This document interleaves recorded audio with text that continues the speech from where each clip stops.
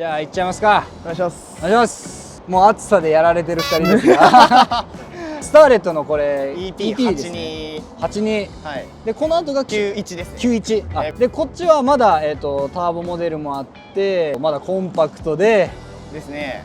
鼻先もかなり低いですよね。一応でも後継もフロアとかは共通だったりして、共通なんですかあれ。8人のロールバー91についたりもある。じゃあもう中一緒なんだ。もう割とタッパが違うだけみたいな感じです。まずこれもうサイズ感からしてめちゃくちゃ小さいんですけど、そうですね。なんかパッと見るとパルサー的な、あとプジョー的な感じの顔つきで、だいぶ106近いですね。めっちゃ可愛いっすね。寸法でいうとワンダーのシビックとかがだいぶ近かったりします。ワンダーなのこれ。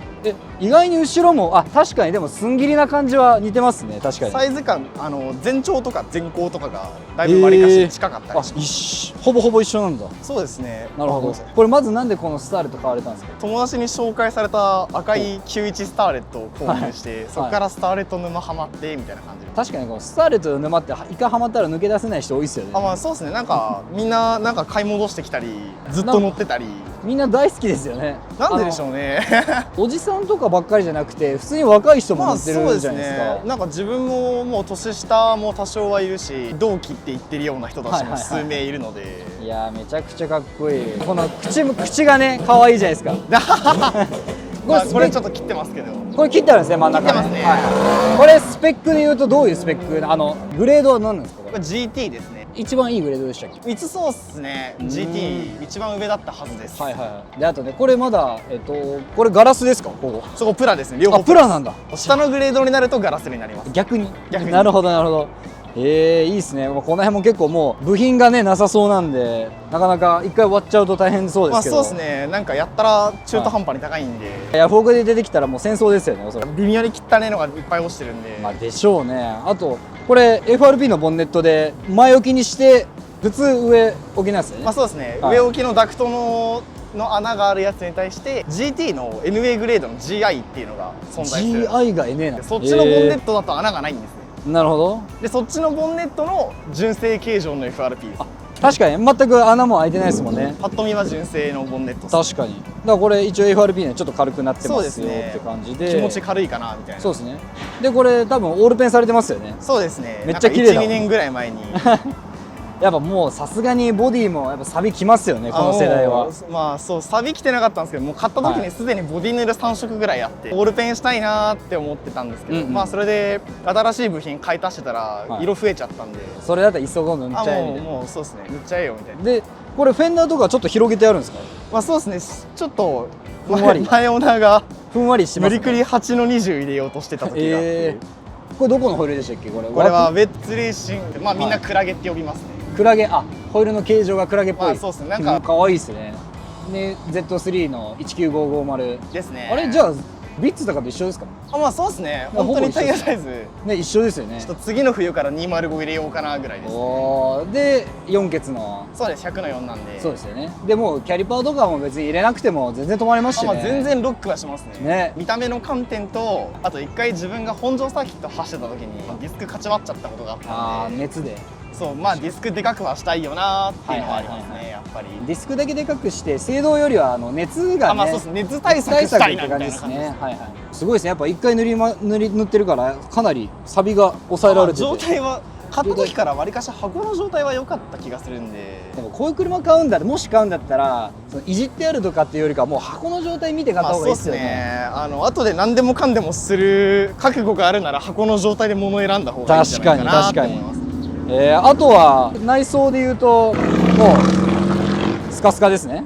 内装はでも中身くり抜いただけですね今のところは。これ可愛いですね。ここのステッチがなんかまた独特な。なんかこれもドアももともとパワーウィンドウだったやつ。そうだ手動になってる。だから下のグレードのドアになるんで、だいぶ自軸臭い内装になってる。そうですね。確かにでダッシュボードは激ちっちゃの薄いダッシュボードが安っぽいやつですね。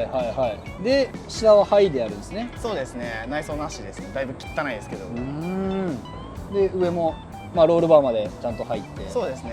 これ何点式ですか。これは7ですね。7。後ろがじゃあ車高が1本あるだけです。車高バー入ってますね。かっこいい。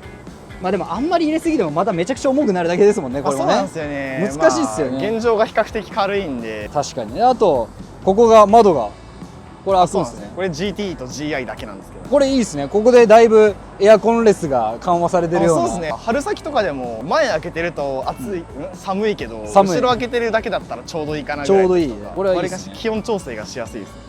あとこのお尻がやっぱり僕めちゃめちゃプジョーにそっくりで。これ後ろももともともうちょいゴツゴツのバンパーついてるんですけど、はいはい、下のグレードのバンパーになってます。そうなんですか。だからスッキリしてるんだ。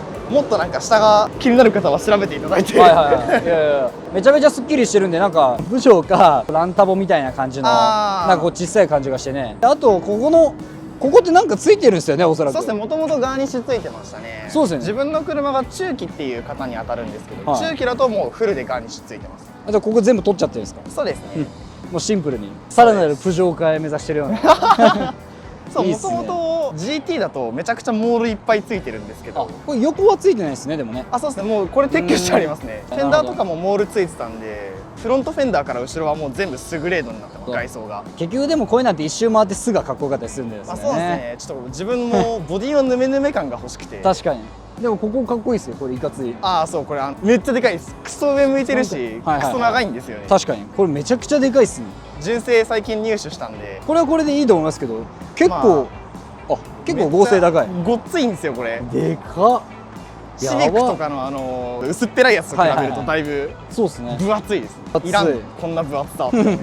あと後ろもケツ通しで履いてる。そうですね、ローテーションしたかったので。なるほど、ローテ大事ですからね。金ないんだったらギリギリまで使うってなるとやっぱ、いやそうですね、逆組みしてね、最後まで最後まで。でこれフロントは4度半5度ぐらいついてるのかな。4度ちょいがいいとこじゃないですかね。最後にアライメント取った時4度とかだったんですけど、そこからアッパーさらに寝かしたんで、リア0度ほぼナチュラルキャンバー。スターレットはリアのキャンバーと頭角の調整が不可なので。そうですね。まあでもあんまりキャンバーつけすぎてもまたね、いろんな加工してもあれですけど。そうなんですよ。加工できるならしたいですけど、サーキットの前例を聞いてなくて今の。そうなんですか。それ危険ですね。ちょっとそこで一歩踏み出ないっていうか。でもどうですか、結構アンダーっぽいですか。デフも入ってるとは思うんですけど、今バーネーが10キロ8キロとかっていうのもあってアンダー強い気もするなって感じですね。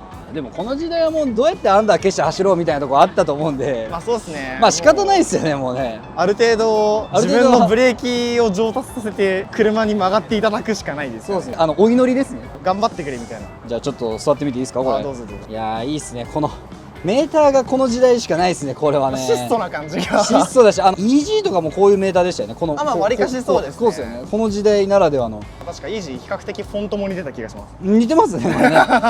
かっこいい。なんかトヨタらしくないですね、このメーターの配置の感じがね。どうなんですかね。あとはこの辺ナビとか外して、昨日急ピッチでめくらつけました。これ大事ですね、大事ですね。もともと配線めっちゃとっちらかった。こういうの大事ですよね、ちょっとした小細工が。そうですね、ちょっと塞がってた方がええやろ。なんかあとはここにターボ系、活気圧。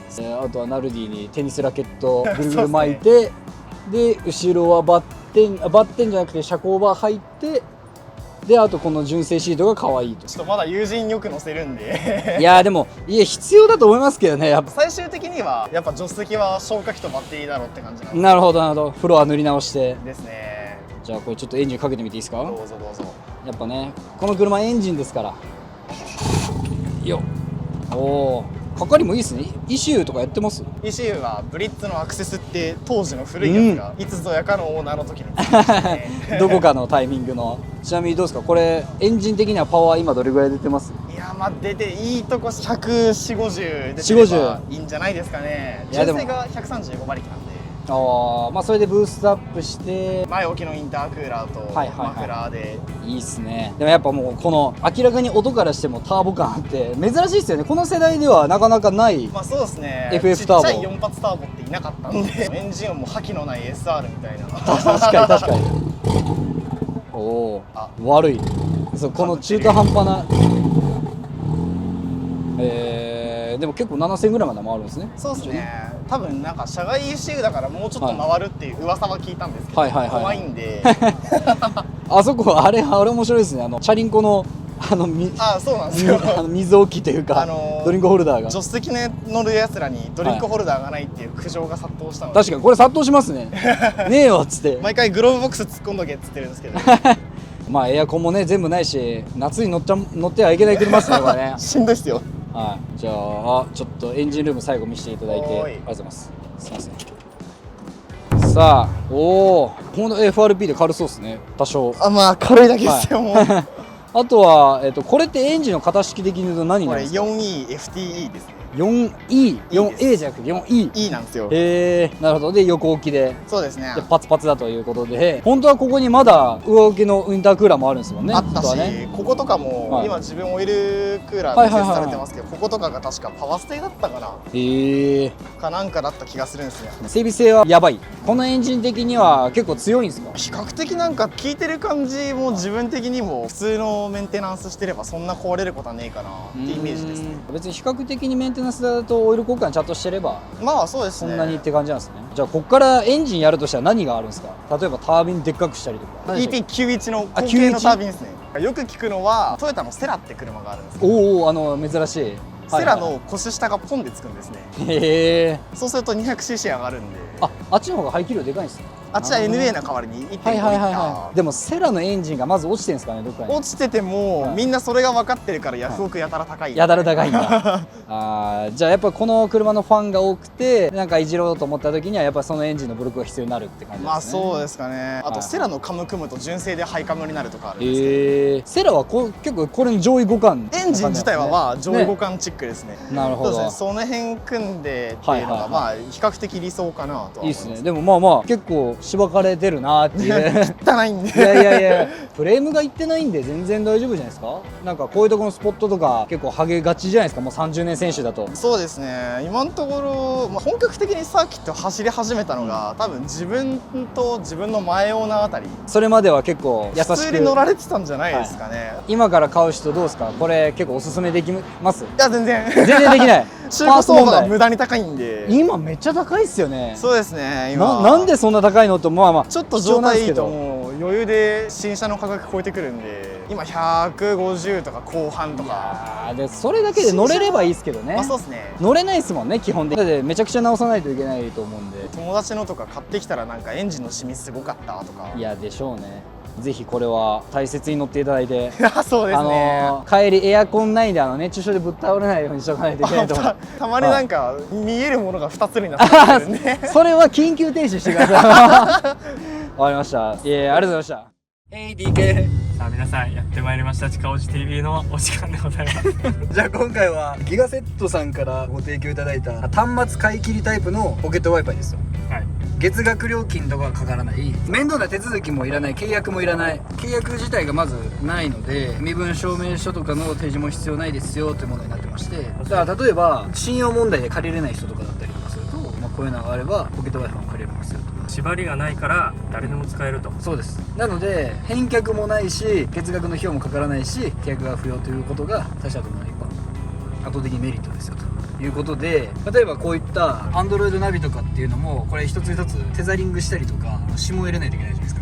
そうなんですね。それだとすごい面倒だしお金もかかるし、まずテザリングだとめちゃくちゃ速度遅いよね。テザリング遅いです。動画を見るんだったら本当に使えないから、そんな時にこのプリペイド式の Wi-Fi があればめちゃくちゃ便利ですよっていうので、今ちょっと軽く走ってきて動画とか視聴してみたんですけど、めちゃくちゃ速いねこれめっちゃ速いです。大手4社のキャリアを自動ルーティングしてるんで、 A 社が電波通信障害が起こってたとしても D 社の回線が良ければそっちをルーティングしてくれますよってものになってるので、電波は安定してますよってことで、買い切りプランだから基本的にもう即時開通してるんだよね、電波がね。端末を買った時にもうギガがついてますから。そう、ギガとセットでついてくる。で足りない分は追加ですぐに頼めるという。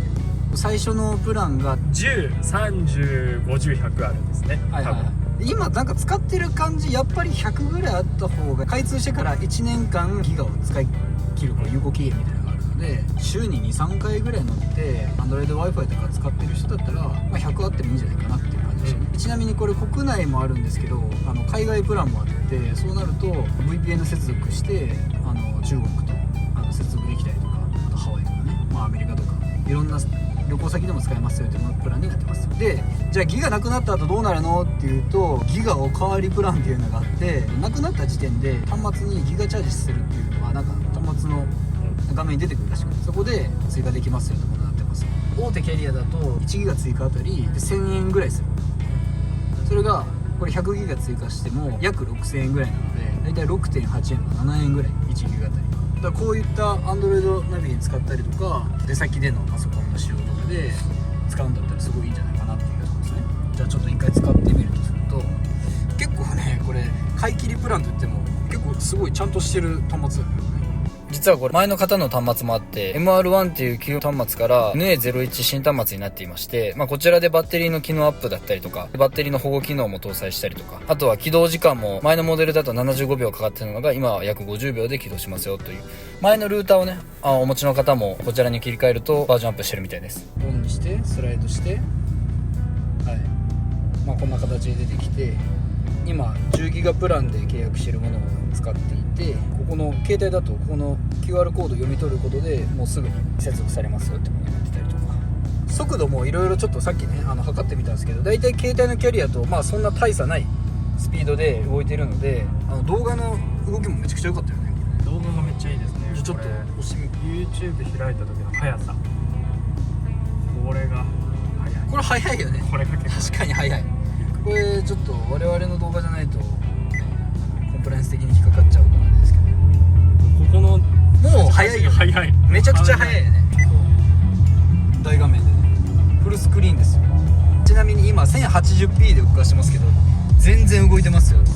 綺麗。今までさこれテザリングだったらさ 1080p にしたらさもう3秒ぐらい止まってたけど、ガガガガガってなってたもんね。そこは本当にいいね。ヌメヌメしてた。車の中の車内 Wi-Fi としての接続もこれでできますよ。金額もやっぱり100ギガが一番コスパいいので、どのプランかはご自身でお決めされた方がいいんですけど、あまりね値段の差がないんで1年使えるって考えると100でいいんじゃないかなっていうところもあって、100ギガで今セールで 25,980 円で、50が 23,580 円、30で 22,580 円、10で 20,580 円ということで、今まではこう契約がめんどくさいなとかっていう人でなかなか使ってこなかった人に関しては必要に応じて最適に選べるということでね。使っても使わなくても月ねギガこう付帯されてたから、もったいないっちゃもったいないもんね、使わない人からしたらね。買い切りを10ギガを2ヶ月分けて使ったりしたらやっぱコスパいいと思うんで、そんな使い方に車との親和性すごいあるんじゃないかなと思ってこの PR 受けました。ぜひ今は Android AI ボックスみたいなねめちゃくちゃ主流なんで、移動快適に、そして動画を見て移動できる。それと組み合わせて使うと Netflix とかも見れるしねって今入ってないけど、こう入ってないけど Netflix とか Amazon プライム、ABEMA とかもね全部見れるんで、時代終わりましたよ、音楽だけ聴いて移動するのは以上。はい、はい、じゃあこれ DK さん、はい、あとドサンナビで使ってください。使わせていただきます。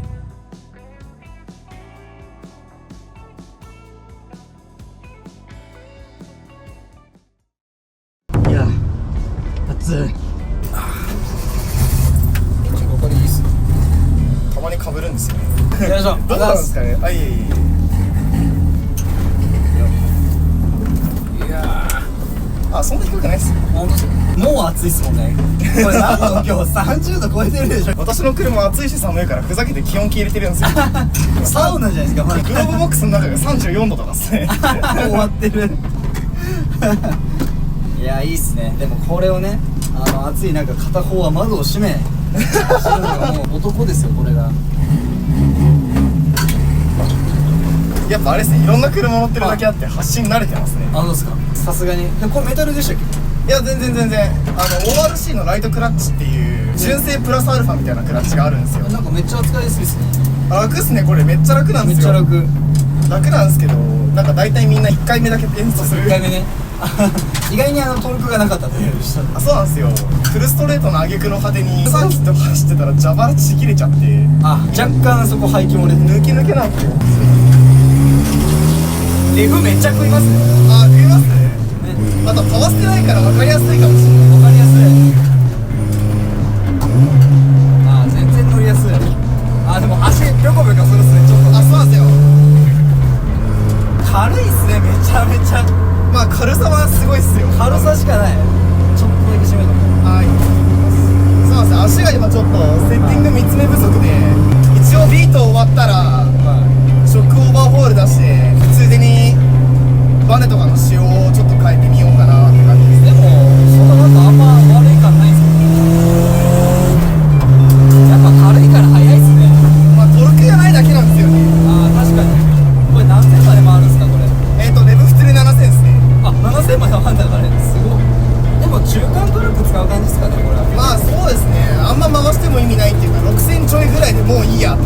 確かに。なんか悩んだ時に7000まで回すみたいな。まああとはコーナーでちょっとねシフトアップしづらい時ぐらいっすよね。まあそうっすね、しないでいいならしたくしないし、これやっぱキャンパーついてこんだけ軽いとめちゃくちゃ曲がりそう。タイヤがいいの履けば曲がりそうっすね結構。後ろがトーションビームなもんで、あ、なるほど。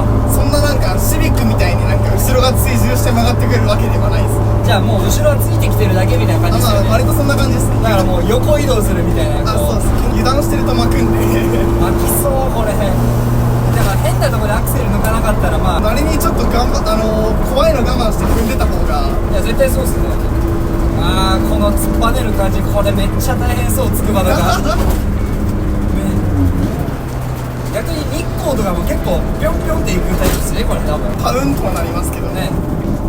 あーでもなんか分かりました。合成ってやっぱないんすねこの時代は。そうっすねちょっと画用紙ボディっす。ふにゃっとしてますね。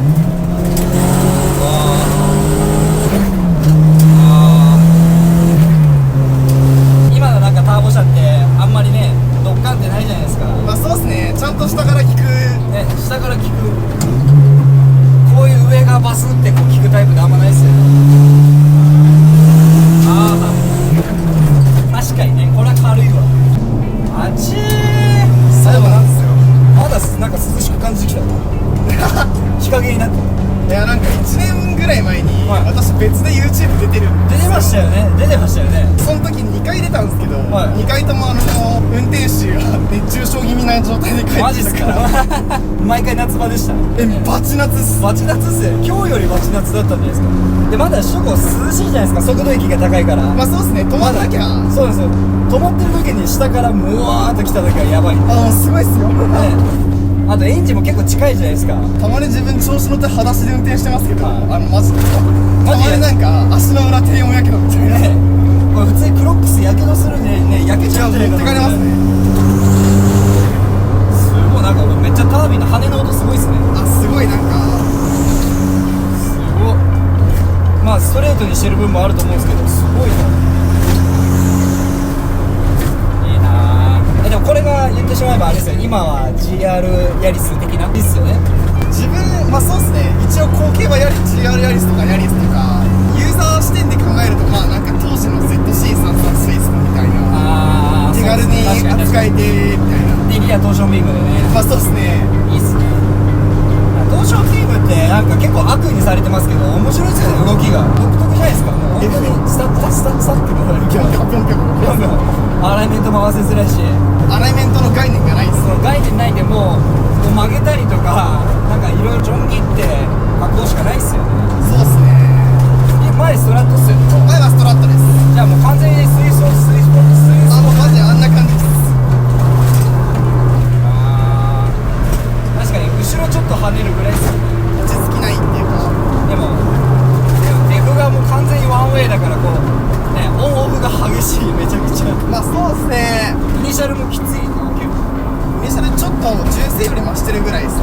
コーナー中のもうデフのパワーの食われ方が結構かなり食われる。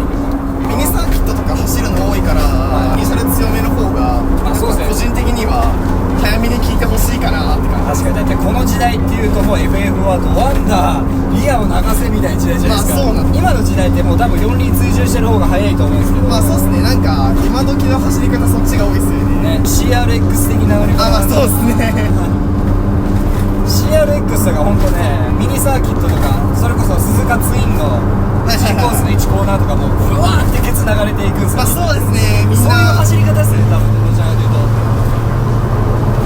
でもなんか思ったより乗りやすいっすね。なんかもっと過激なのかなと思ったら全然自分がそれだと自分が運転できない。そうっすよね。下手くそすぎて。いやいや、多分そういう乗りづらい車嫌なんだろうなっていう。あと割と自分これ通勤でも全然使うんで。これですか？使えます。マジ？そんな疲れる車嫌だなみたいな。そうですね。本当に疲れるってしたらエアコンぐらいですね。もうそれぐらいです。パワースはもうここの外駅は来たらもう何も分かんないんで、そうなんですよ。あってもなくてもどっちでもいいな。もうマジ住宅街とか駐車場ぐらいなんで。そうっすよね。ちょっとしんどいのってちょっとバックの時ぐらいですね。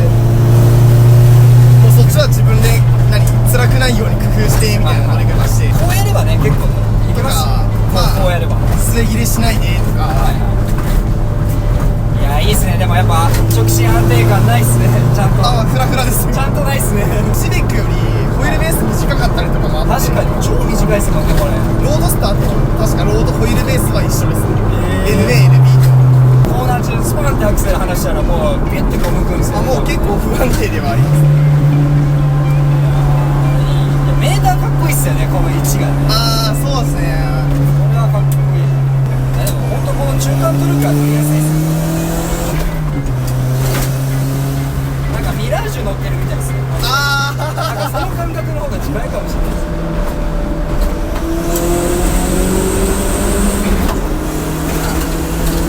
乗りやすい。でもこれアクセル全開してたら超燃費悪そう。ガソリンめっちゃ吹いてそうだな、音が。あなんかめちゃくちゃ燃料濃いっすね。濃いっすよね、これめっちゃ音が濃いもん。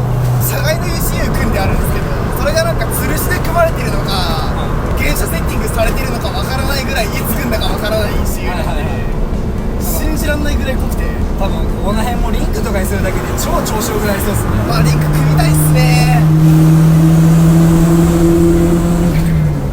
いやー、あとこれ冬場走ったらもっと速そう。いやー、えぐい、この FF 感最高だ。やっぱもともと FF 乗ってたから。あそうなんですか。あ、そうです。だからもうなんか動き的にはやっぱトルクステアが似てるなと思って。 DC5 もトルクステア結構ある。結構スクるっすよ。へー結構デフ 1.5 とかでバキバキに20キロとか、ね、24キロぐらいで進んでるともう超取られるんで。いやこれね、ほんと FR パッて乗ってる人が急に乗ったらめっちゃ怖いと思います。あまあ持ってかれますからね。アクセル踏んだ瞬間ビューってこう持ってかれるんですよ。右に曲がりますからね。いやそれが気持ちいいんだよな、やっぱ FF は。抑え込んでる感もありますよ。めっちゃありますね。余計なところにリソース割いてる感もあるんですよ。そんなところ気使うみたいなのが FR 乗りからしたらね、あるんで。いらんことに気使ってるっていうのは分かるんですけど、楽しいが楽しいですね。楽しいですね、楽しい。でも車自体は動かし方は似てますけどね、FR もね、そんな変わんない。まあまあまあなんかこういうところ結構な速度で行ってアクセルポスって離したら本当怖そうだな、これ。シャーって出そう。まあなんか割と若干内側キュッていくっていう。そうですね、内側切ってね、なんかでも幅捨てないと駐車してる時のハンドルの重さがはいはいはい、全身と交代でなるほどね、違うんで、それが一緒になるところなるほど。でやってるんで、まあ多分若干遠いになっちゃってるかもなーって感あー、かもしれない。でもなんかこの足は足で結構好きっすけどね。そうっすか。ザ・ FF チューニングカーの後ろの跳ね方が。じ。落ち着きのない形で。でもまあまあ山とか超速そう。楽しいは楽しいっすね、やっぱ。ね、めっちゃ楽しいっすね。そうっすね、あんま大きい声で言えないけど、遊び程度で筑波山とか一時期行ってたんで。ね、いや筑波山絶対楽しいけど、かまぼこで絶対急停車しないと。だからね、かまぼこの前のT 字はいはい。 T 字路で U ターンしてます。ああ、T 字路 U ターンっすね。 TC5 センチみんなが言う、はいはいはい。いや乗りやすい。でターボのかかりも意外にね速いっすよ。4000ぐらいからもうシャーとか。まあそうっすね、がっつり効くのは4000ぐらいからです。4000ぐらいですね。乗りやすい。やっぱ FF いいっすね。FF のターボこの時代しかないじゃないですか。 FF っていうと出てくるのってやっぱさっきのミラージュだったりシビックだったり、まあみんな NA なんで。確かに。あとなんだプリメーダとか、まあでもサイズ感違うか。あれまあテンパチとか2リッター、この車格のターボって多分 C って言うなら10マーチとか、ああ確かに。まああれに関してはまああれはね下級機両方ついちゃってますけど、確かに確かに。でもどうなんだろう。確かにないっすね。今じゃ結構当たり前になったかもしれないですけどまあそうですね、それこそスイスポやらね、全部ね。ああ面白い。そっか。でも今どうなんだ、戦おうと思ったらやっぱりちょっときついっすか、この車で。もうなんか ZC33 さん立ち上がりバカ早ーって思いながらね ZC33 とかね2500ぐらいから引きますね。あれせこいっすよね。いや TD02 でしたっけ。はい、そうっす。そうめっちゃ下から効くなーって。あれマジでせこいっす。一回なんか面白半分で友達と面白レンタカーのはいはいはい ZC33 さん借りた時は感動しましたね。感動しますよね。うわバカ早いってそうですね、うわーってくる感じがねめちゃくちゃ感動します。ボディの剛性といい体の落ち着きが違いますねやっぱりね。でも全然腰高感はやっぱすぐあるんで。そうですね、ちょっと健康者はそうですね、こんな低い感はやっぱないっすよ。でもあの加速はちょっとチートっすよね。いやちょっとずるいっすねあれでHKS がトラストのタービン組んでるやつ乗ったことあるんですけど、普通に400馬力ぐらいで行くのについてきますもん、途中まで。いやそうですね、何気にトン切りですからね。そうっすよ、マジで速いあれ。お前そのパワーでトン切りはダメだろうってでこれちょっとなんか似てるところで言うと本当に EK4 のターボ化したやつ昔知ってたああ、じゃんなんか動画撮ってはい出しちゃいましたね。それに似てますね。ああ、そうなんですか。 VTEC にターボはバケモンとしたあれはだってまあ社外ダービーになるよね。確かに動画だと300まで超えてる。そうですね。で350ぐらい出てたんでさすがに本当にもう直線ブワーってなってましたけど、危なそう、怖くて乗れねえやこっちはまだ全開できますもんね。シビック自分怖いんですよね。怖い。限界が分からなくて無限に曲がるから意外に後ろもねいけるんですよね。ケツ出そうで出ないんですよね。そう、こいつずっと怖いからそれなりにずっと恐怖感あるんで。フロントの接地感ちょっとねコーナリング中薄くなりますもんね。ささってでももうこんなもんずっと値段上がる一方だと思うんで、もう多分大切に置いとくだけで、あ、もうそんな簡単に乗ってられる車でもないかなとは思ってるんで、金額もやばいっすからね今ね。いやもうなんか状態と新車価格超えてるんでバカじゃないのと思って。でもどうですか、新車価格超えてもねちょっと愛情があれば。まあ全然自分がこれスッキリするまで降りる気はないですね。そうっすよね。パーツ探しでもう頭疲弊しちゃう。ミッションはどうにかなるのは分かったんですけど、ちょっとエンジンがやっぱりまだなんか自分の中で触ってないんで今こいつが、もうエンジンに関しては部品があるのかなって感じです。そこが怖いっすよね。正直まあわざわざスターレット買わんでもって気持ちは若干ありますけどZC33 が買えるんだったら買った方がいいっすよね。まあそうですね、多簡単に分あれに車後調とか組むだけで十分楽しい車出来上がると思うんで。だってこれでも結構金かかってますよね。自分ミッション込みで、ミッションがまあフラホクラッチ、ファイナルシンクロ、45とかだったんですよ、140、50は普通に必要っすね。ボディ前途とかもあったんで、そうっすねまあ、多分それ弱ぐらいじゃないですかね。だってもうそうやっとかないともう錆止めの代わりでもねやっとかないといけないですからね。まあそうですね、ボディがもうだいぶ。いやーあざっす。いえいえ、よっしゃ。滝の汗っすねこれは。よっしゃ。